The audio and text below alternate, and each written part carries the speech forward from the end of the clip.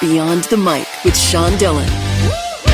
We're joined on the Starline by a former editor of MixMag USA, author and DJ. His tag team partner and award-winning freelance creative director. 25 years ago, they put out the definitive history of the disc jockey in Last Night, a DJ Saved My Life. We welcome the authors Bill Brewster and Frank Broughton. Hey, great to be with you. Friends, let's go beyond the mic. This book is your kid who hasn't left the house, still lives in the basement. Tell us the story on how you decided to write it. Well, we wanted to write a book about disco, and then our editor had the brainwave of why don't you write the whole history of the DJ, because no one's ever done that. And that gave us the kind of megalomania that it was that was required to write a book of this length. But it ended up 25 years later. We've updated it twice. This is the second update, and it's now 250,000 words about the whole history of the DJ. How did the power of the DJ diminish with streaming music and technology allowing anyone to be a DJ? I don't think so. Not really. I think in a lot of ways, the DJ's job is more important now than it's ever been. You know, I don't think a Spotify algorithm is ever going to beat having a human with taste selecting music. You know, it's a completely different thing.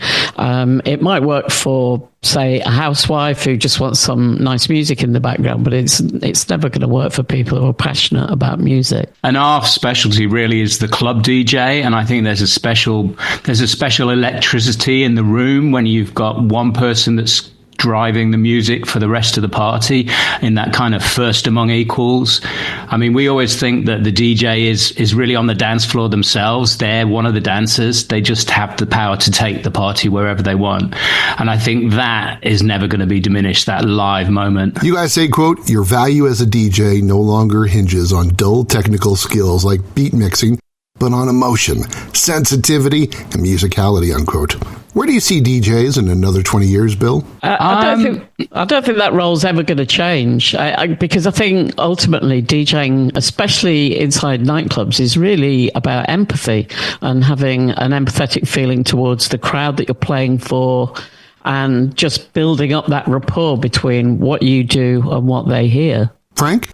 And talking about the technical aspect, I think we would compare that to kind of autofocus on a camera.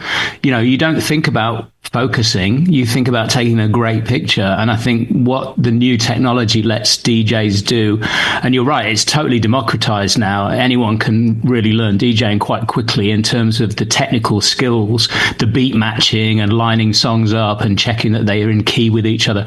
All of that, the computers can do for you, but your job is to choose the exact right song, the exact right track for the emotions in the room, for the people that are dancing in front of you. The book is Last Night, a DJ Saved My Life, the updated edition, and Bill Brewster and Frank Broughton joins us beyond the mic. It's time for the Rocky Nate. 8 random questions. Answer with the first thing that comes to your mind. There is no pressure since we have 2 guests. We'll alternate questions.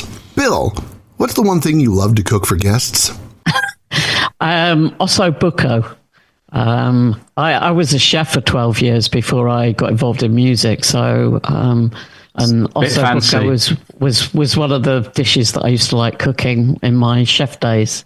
Frank, what's your favorite memory of you and Bill's first low-life party? Sitting on the step outside the stoop, I should say, because it was in a brownstone in Harlem, and sitting on the stoop with the people who'd survived the night with the disco ball glinting in the sunshine. Bill, which country in your Asian tour intrigues you the most for clubs?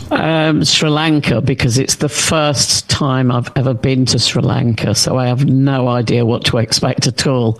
But I felt the same about India until I went there, and that was a pleasant surprise. Frank, what's the best music festival you've ever played? That would have to be, actually, that would be Festival number 6, which we played for several years in different locations around the festival.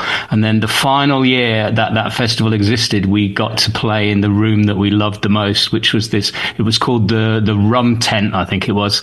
But we got to play in this very warm, slightly debauched, shall I say, venue in the festival. So that has to be one of the best memories. Bill, what's the best thing about Frank? He's fun, he's funny, and he's unbelievably loyal. Frank, what's the best thing about Bill? He's the best DJ in the world. Wow! Oh, thank you. Bill, which album changed you forever? Oh, my God. Probably the first David Bowie album that I bought, because that was the start of my addiction to records and vinyl. I bought Aladdin Sane the day it came out, and that was a huge moment for me. I was 13, I think, and that started my vinyl addiction. Do you still have it? I don't actually know. I sold my record collection 6 years ago. It was starting to take over my life. I had like 15,000 records, and I was moving house, and the house was slightly smaller. So I'm afraid I got rid of my collection. Frank, what's the first vinyl you ever purchased, and do you still have it? I bought a bunch of punk singles, 7 inches, from my best friend's brother, Rob Bradford, and I still have all of them. I'm going to think what they are. Public Image Limited, Susie and the Banshees, a couple of Ramones. Wow. It was like my introduction to punk in sort of 7 inches. It's time for One Big Question with Bill Brewster and Frank Broughton beyond the mic. Why does music touch your soul, and how has it changed you measurably today? It makes you feel, when it's good, it makes you feel alive in a way that most other things don't. The only thing I could compare it to is when you're watching a soccer game and your team scores. You have that feeling inside you, and that's what's incredible about it, because you can't always define it that easily. You just know when you hear it, and that's the magic of music. That's the thing that I strive for. I'm going to give you a little bit of science, because there's actually some research, and this is quite amazing, but humans have a thing called mirroring, which means that we react when we can see other people doing things, we react, and it affects everything that's going through our brain. And there is absolute proof positive that you enjoy music more when other people are enjoying it around you. And I think if nothing else, that just pins down what it is to be human. To dance with each other is a fundamental human. It's a human right, I think, and a human. It's part of what it is to be part of our species. Bill will cook for you in Ossobuco if he really likes you, while Frank's favorite was Festival Number 6. They both want you to read their updated book, Last Night, a DJ Saved My Life. Bill Brewster, Frank Broughton, thanks for taking the time to talk with us today. Thanks, Sean. Bye-bye. And that, my friends, is a Beyond the Mic shortcut. If you're enjoying these conversations, please check out another Beyond the Mic episode to find more actors, artists, and people you need to know. We'd also appreciate a like and subscribe on the Good Pods app.